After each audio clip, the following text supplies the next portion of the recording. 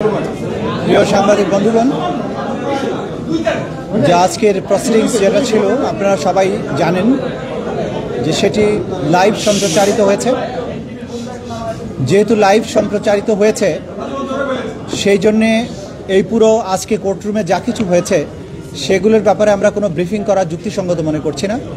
শুধু আপনাদের উদ্দেশ্যে এতটুকু তথ্য আমরা দিতে চাই যে আজকে বাংলাদেশে জুলাই এবং আগস্ট বিপ্লব চলাকালীন সময় সংগঠিত মানবতা বিরোধী অপরাধের দায়ে আসামি শেখ হাসিনা, আসামি আসাদুজ্জামান খান কামাল, আসামি চৌধুরী আবদুল্লাহ আল মামুনের বিরুদ্ধে মানবতা বিরোধী অপরাধের দায়ে অপরাধকে আমলে গ্রহণ করা হয়েছে। 5টি অভিযোগ তাদের বিরুদ্ধে আনা হয়েছে এবং 5টি অভিযোগের ভিত্তিতে এই অপরাধকে আমলে গ্রহণ করা হয়েছে।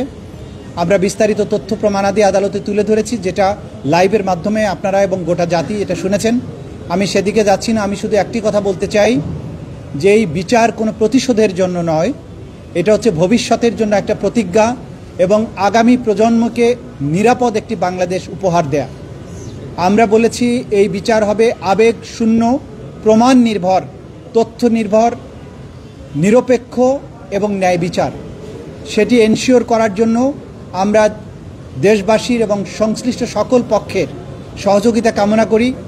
বিচারের মাধ্যমে একটা সমাজে শান্তি এবং স্থিতিশীলতা প্রতিষ্ঠিত হয়।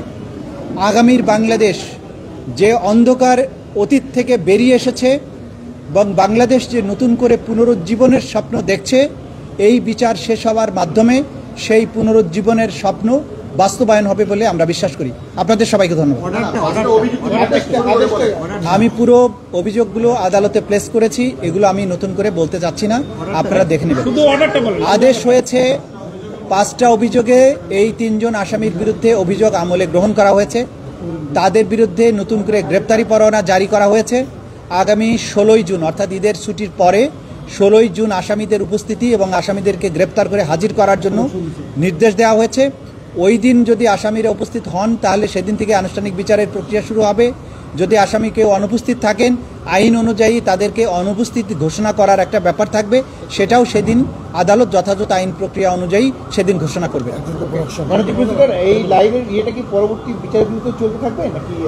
আপনারা সবাই জানেন যে আমাদের আইনে লাইভ সম্প্রচার বা সম্প্রচারের ব্যাপারে এটা এখতিয়ার দেওয়া হয়েছে ট্রাইব্যুনালকে। ট্রাইব্যুনালের অনুমতি সাপেক্ষে যখন ট্রাইব্যুনাল মনে করবেন যে এই অংশটুকু সম্প্রচার করতে সাক্ষীর কোনো নিরাপত্তার ঘাটতি হবে না অথবা অন্য কোনোভাবে বিচারিক প্রক্রিয়ার প্রভাব পড়বে না, তখনই তারা অনুমতি দিবেন। লাইভ সম্প্রচার ভবিষ্যতেও হতে পারে, তবে সেটা নির্ভর করবে আদালতের অনুমতির উপরে। যখনই আদালত অনুমতি দিবেন তখনই আমরা চেষ্টা করব এটা লাইভ করার জন্য। Thank you. 5টা অভিযোগের ব্যাপারে আমি বারবার বলেছি, সেটা আদালতে বলা হয়ে গেছে, নতুন করে আর বলছি না। ধন্যবাদ, আপনাদের সবাইকে ধন্যবাদ।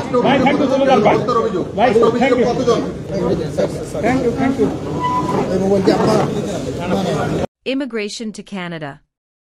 We provide the best quality service and solution for Canada immigration. Please visit our website and contact for details.